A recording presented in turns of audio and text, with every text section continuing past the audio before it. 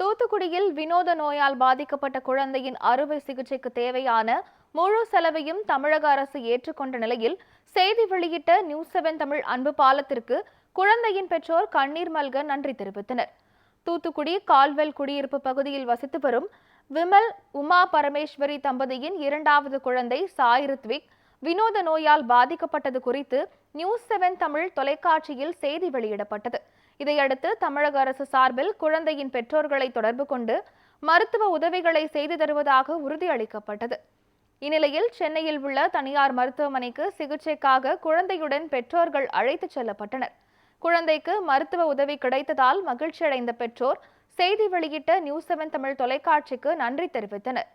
ஒரு 14ஆம் தேதி நான் நியூஸ் மூலமாக நியூஸ் போட்டிருந்தேன். தம்பியோட உடம்புல சரியில்லை ஒரு நியூஸ் போட்டிருந்தேன். அந்த நியூஸ் போட்டதை பார்த்துட்டு நம்ம தூத்துக்குடியோட எம்பியும் மற்றும் அமைச்சர் சிவராஜன் எம்பி கையில் வந்த நியூஸை பார்த்துட்டு நம்ம கலெக்டருக்கு தெரியப்படுத்தி கலெக்டர் எம்பி முன் வந்து என்னுடைய பையனுடைய மருத்துவ செலவு மொத்தத்தையும் அவங்க பொறுப்பு எடுத்துக்கிட்டாங்க. அதன்படி இப்போ 14ஆம் தேதி மருத்துவ குழு தம்பியை பார்த்துட்டு எல்லா ஆய்வெல்லாம் செஞ்சுட்டு இப்போ அவனை சென்னையில் உள்ள அப்போலோ தனியார் மருத்துவமனையில் அட்மிஷன் பண்ணுறதுக்கு எல்லாமே ஏற்பாடு பண்ணிட்டாங்க. நாங்கள் இன்றைக்கி கிளம்புறோம். இதனால் நான் தமிழ்நாடு அரசுக்கும் எம்பிக்கான மூலியம் மற்றும் அமைச்சர் சிவராஜன் கலெக்டர் அவர்களுக்கு நான் நன்றியை தெரிவிச்சுக்கிறேன். அவனுடைய மருத்துவ செலவுக்கு நாங்கள் எங்களால் முடிஞ்சதெல்லாம் பார்த்தோம். ஆனால் எங்களால் முடியலை. இப்போ மேடம் நியூஸ்7 சேனல் மூலமாக நாங்கள் நியூஸ் 17ஆம் தேதி நாங்கள் நியூஸ் போட்டிருந்தோம்.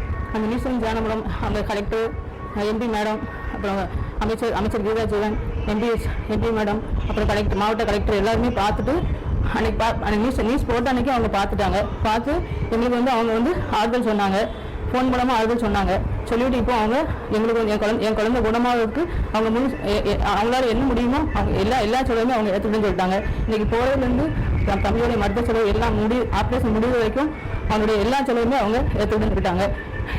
இது நான் ரொம்ப நன்றியை தெரிவிச்சுக்கிறேன்.